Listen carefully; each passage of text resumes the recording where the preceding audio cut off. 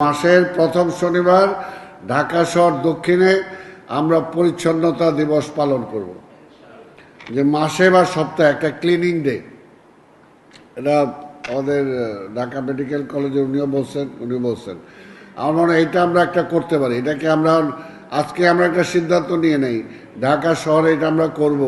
এটাকে মাসে একদিন করব না সপ্তাহে একদিন করব, বলেন তো আপনারা? সপ্তাহে করলে ভালো হয় না মাসে করলে ভালো হয়?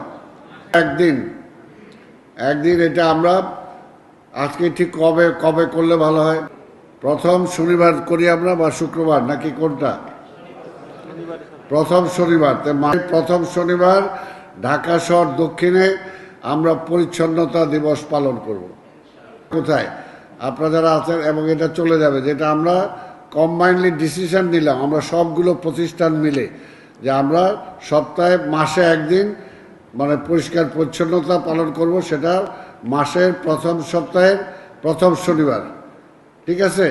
এটা আমাদের এটা একটা খুব ভালো জিনিস, এটা খুব ভালো হলো কিন্তু।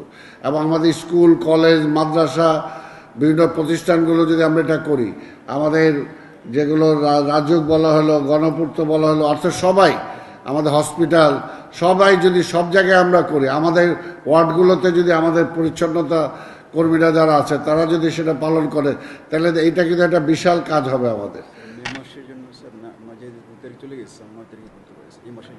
এই বর্ষার আগেই যদি এই প্রতিরোধ ব্যবস্থাটা আমরা গ্রহণ করতে পারি, তাহলে আমার মনে হয় যে আমরা সেটা থেকে অনেকটা মুক্ত হতে পারবো। আর আরেকটা যেটা এখানে বলছেন আমাদের শিক্ষা অফিসার থেকে, যে ক্যাম্পেইনের প্রোগ্রামে আপনাদেরকে ইনভলভ করা, আমি আমাদের সিও সাহেবকে বলবো যে এটা আমরা ভবিষ্যতে যাতে খেয়াল রাখি, সচিব এটা আমরা যাতে খেয়াল রাখি, যে আমরা ক্যাম্পেইন প্রোগ্রামগুলোতে আমরা যেরকম মাদ্রাসাকে আমরা ইনভলভ করতে চাই, ঠিক শিক্ষা আমাদের যেটা থানা শিক্ষা অফিসার তাকেও যদি আমরা ইনভলভ করি, তাহলে এটা আমাদের আরও একটু ভালো কাজ হবে।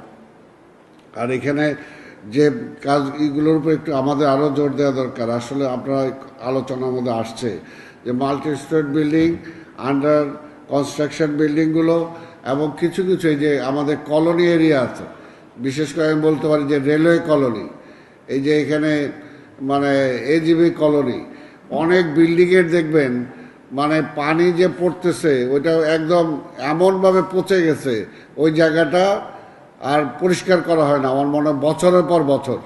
তো ওই জায়গাটাতে তো মশা হবেই, এই মশাটা কে মারবে বলেন? কাজে আপনার গণপূর্ত এই বিষয়টার উপরে এখন আমাদের আল্লাহর রাস্তা আপনাদেরকে বলবো যে কলোনির এরিয়া যেগুলো আছে এই এরিয়াগুলোতে আপনারা একটু জোর দেন এবং পরিষ্কার পরিচ্ছন্নতাটা। এখানে আরেকটা